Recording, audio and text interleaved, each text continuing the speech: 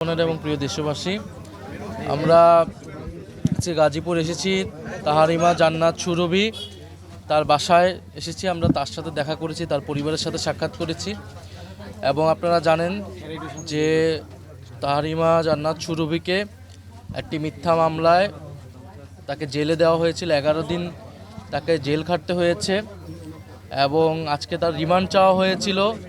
2 দিনের রিমান্ডও মঞ্জুর করা হয়েছিল এবং তার বয়সের ব্যাপারটাকে লুকিয়ে রিমান্ড মঞ্জুর করেছিলেন আদালত। এবং পরবর্তীতে সোশ্যাল মিডিয়া সহ আমাদের যারা জুলাই গণ অভ্যুত্থানের নেতাকর্মীরা রয়েছেন তারা এই বিষয়ে সরব প্রতিবাদ করেছেন। আমাদের যারা গাজীপুরে জাতীয় নাগরিক পার্টি, ছাত্রশক্তি এবং যুবশক্তি যারা রয়েছেন তারা এর বিরুদ্ধে প্রতিবাদ করেছেন। আমাদের আইনজীবী ফোরাম তারা কাজ করেছেন এবং সর্বোপরি জনগণের প্রতিবাদের মুখে তার রিমান্ড নামঞ্জুর করে তাকে জামিন দেওয়া হয়েছে।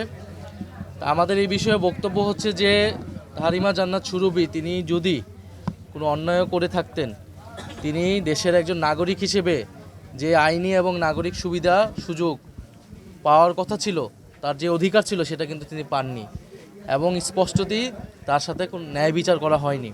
এবং পরবর্তীতে আমরা জানতে পেরেছি এই পুরো বিষয়টাই ছিল বানোয়াট এবং মিডিয়ার মাধ্যমে মিডিয়া এখানে এক ধরনের কিছু মিডিয়া আমাদের জুলাই গণ অভ্যুত্থানের বিভিন্ন চরিত্র, নেতাকর্মী বা বিভিন্ন পরিচিত মুখ যারা রয়েছে তাদের চরিত্র হননের চেষ্টা 5ই আগস্টের পরবর্তী সময় থেকেই করছে। এবং তাহারিমা জান্নাত সুরভির ঘটনাটাও কোনো বিচ্ছিন্ন ঘটনা নয়। এই ঘটনাও আমরা সেটারই একটা ধারাবাহিকতা হিসেবে দেখি। আমরা এর আগে হবিগঞ্জেও দেখেছি যে জুলাই গণ অভ্যুত্থানের এক নেতাকে গ্রেফতার করা হয়েছে, ছাত্রনেতাকে। আমরা এর আগে বিভিন্ন সময় দেখেছি যে বিশেষত কয়েকটি মিডিয়া রয়েছে তারা জুলাই গণ অভ্যুত্থানের নেতাকর্মীর নামে কোনো কিছু পেলেই সেটা সত্য মিথ্যা যাচাই না করেই সেটা মিডিয়া ঢালাওভাবে প্রচার করে এবং সামনে নির্বাচনকে সামনে রেখে এটা কিন্তু একটা পরিকল্পিত একটা চক্রান্ত হচ্ছে।